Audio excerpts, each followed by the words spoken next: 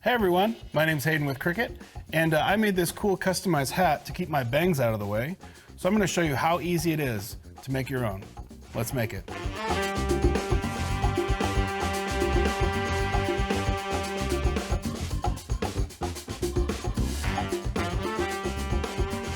All right, I'm going to show you how easy it is to make a customized hat.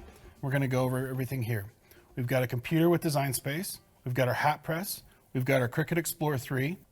We've got some accessories right here that we can use later on in the project, and I'll kind of explain them as we get to it.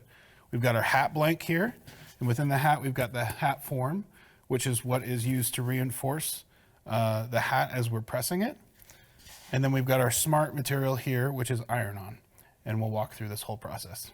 To start off, I want to kind of look at the space I'm working with on the hat, and I probably want a decal that's going to go right across the center here. So we're going to go over here to design space. I'm going to click on images so I can search our library to find a design for my hat. As you can see, there's a lot of images to choose from, but I'm going to narrow down my search. Let's see, what should I do? I'm on the computer all day and kind of do nerdy things. All right, there we go. I'm going to type in nerd. And we see a lot of nerd stuff popping up here. All right, I'm gonna select this one. I like this design right here. And I'm gonna select add to canvas. And that's gonna bring the image into my canvas. You can see here it's pretty big. And so we wanna take it down so it can fit on the hat. So I've got my image selected. I'm gonna go from 13 inches down to 4. So I'm gonna enter 4 and hit return. And that size looks like it's going to be pretty good. Just want to double check. So I got my measuring tape here. That looks like it's going to be pretty nice across the hat. So I know I've got some black smart iron on here. So I want to select the layer and change the swatch so that I can match my layer, my image here, to the material I'm using. And this helps visualize the project as you go through the making process. I'm going to select make it. And then I'm going to choose without mat because I'm using smart material, which does not require a mat. You can just load it right into the machine. I'm going to hit continue. And you can see here that my image is selected and it's previewing on black material. There's a little feature over here called mirror. And what that's going to do is just flip the design so it's backwards. We want it to cut backwards, and I'll show you why in a minute. I'm going to select continue. And then I've got my device connecting right now. So this is going to connect design space to my Cricut Explorer 3. So this first step is to select your material. Basically, this is design space telling your machine what it's going to cut and how much pressure to apply. So I'm going to select Smart Iron-On because I know that's what I'm working with. Step 2 pops up, and design space is great because it tells you what you need to load in your machine for this portion of the project. This is rad because design space shows you which steps to follow, what tools go in the machine and which materials go in the machine. And it's pretty simple right now because this project is pretty simple, but it's showing me to load the fine point blade in clamp B, which you can see here. It's already loaded, but all machines come with this preloaded. So unless you've taken it out, you don't have to worry about it. And then we've got the last step, which is to load material and press the load unload button. Before I load this into the machine, I'm going to explain to you real quick why it's important to mirror for iron-on. You've got a matte side and you've got a shiny side. And with iron-on, this matte side is going to be the part of the material that adheres to the fabric or adheres to the surface of whatever you're making. And the shiny side acts as a protective layer to keep your material separated from your press. All right, the rule is shiny side down. So always remember, mirror with iron-on, shiny side down. Now I'm going to load the material into the machine.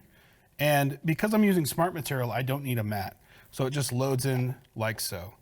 You want to make sure you're going under the guides and up against the rollers. Oh yeah, one more thing. If you're not using smart material, you're going to want to use a Cricut mat to load your material into the machine. All right, I'm going to hold the material up against the rollers here, just gently, and I'm going to press this flashing load button. And you can see the smart material feeds into the machine effortlessly.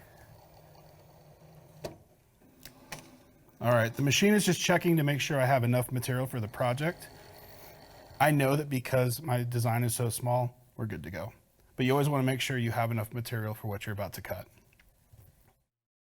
Okay, we're good to go. Design Space is telling me to press go, and over here, the go button is flashing. So let's make some magic. Well, let's make a hat. All right, we're going. Design Space is telling me it's sending the design, and it's going to start cutting.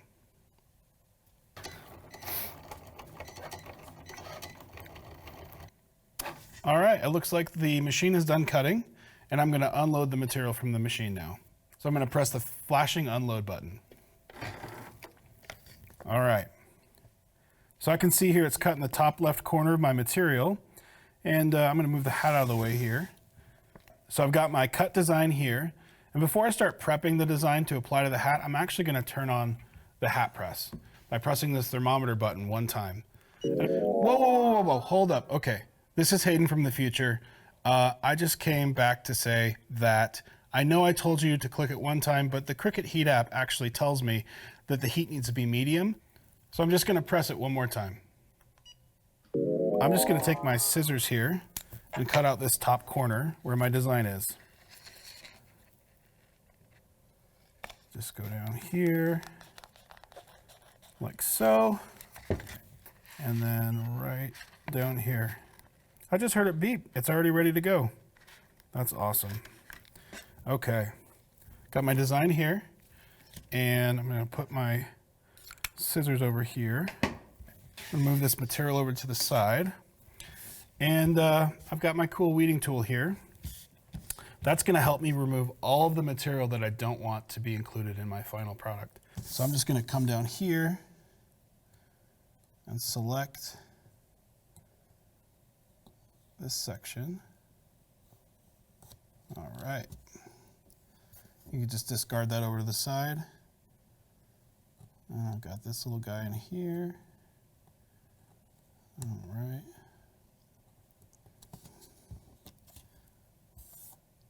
It's like watching paint dry.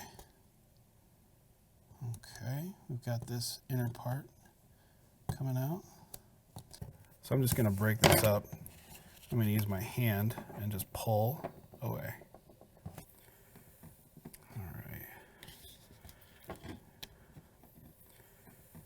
So this is how it cut, and this is the sticky side that's going to go on to the material. And when you flip it around and you see the protective layer, it's correct. Hey, look, it says nerd. Awesome. I'm going to trim this down a little bit, so I'm going to take my scissors again, and I'm just going to remove all this extra material so that I get a nice tight area on the hat. Okay, I'm going to flip this hat up with the hat form inside, and imagine it goes like right there, but if you try to put it on, it's just going to flop up. So we need something. If only I had some transfer tape, some heat transfer tape. But wait, I do. I've got some heat transfer tape right here. We're going to peel off some of this and put it on this bad boy. All right. So I'm just going to line it up and eyeball it. And cut about that much. I keep putting these protective covers on and I don't need to because I'm going to be using them. So, all right, going to cut that. Feels like I'm working with some fettuccine. All right, I'm going to put it across the top here, and I'm going to eyeball it. That looks good. All right, I'm going to press firmly and apply my design to the hat with the tape. More tape, and I'm just going to go up here in the middle and apply it down. Firmly apply the tape. All right, I've got my third piece of heat tape here to apply to the design, and based on all the tape I've been using, you'd think we're made of tape. So I'm gonna put that on here like so, and apply that. We wanna make sure that the design stays in place, so That's why I use as much tape as I did, but I bet you $1 that you could use less. So, all right, this is pretty cool. We've got the hat press here. Moving on. So all I'm gonna do is just stick this on. I'm gonna hold the back of this hat form, and with my thumb, I'm gonna press go when I've applied the hat press. And this is just automatically gonna count down. So I'm moving back and forth in a cradling motion. Look into my eyes. You're getting very sleepy. Don't get sleepy while you're making this. You're using a heat product. Come on. Oh, Hayden, you've got too much personality. Oh. Hey, it beeped. It's done. Look at that. Easy peasy lemon squeezy. Screenshot. The Cricut Heat app tells me that this particular design on a trucker hat needs a cool pill. So we're going to wait for this to cool down. All right, this is cooled down. So I'm just going to take off this tape, and it's also going to remove the protective backer. And a little bit came up. So I'm just going to reapply some pressure there. So if that ever happens to you, just put everything back on top and rub it in. All right, there we go. That looks pretty good. And it was pretty easy to make too. This is just one example of how you can make something customizable with iron-on. And while I'm thinking about it, probably should go back in time and remind myself that the hat press needs medium heat for iron-on. That's 2 bars. Let's go.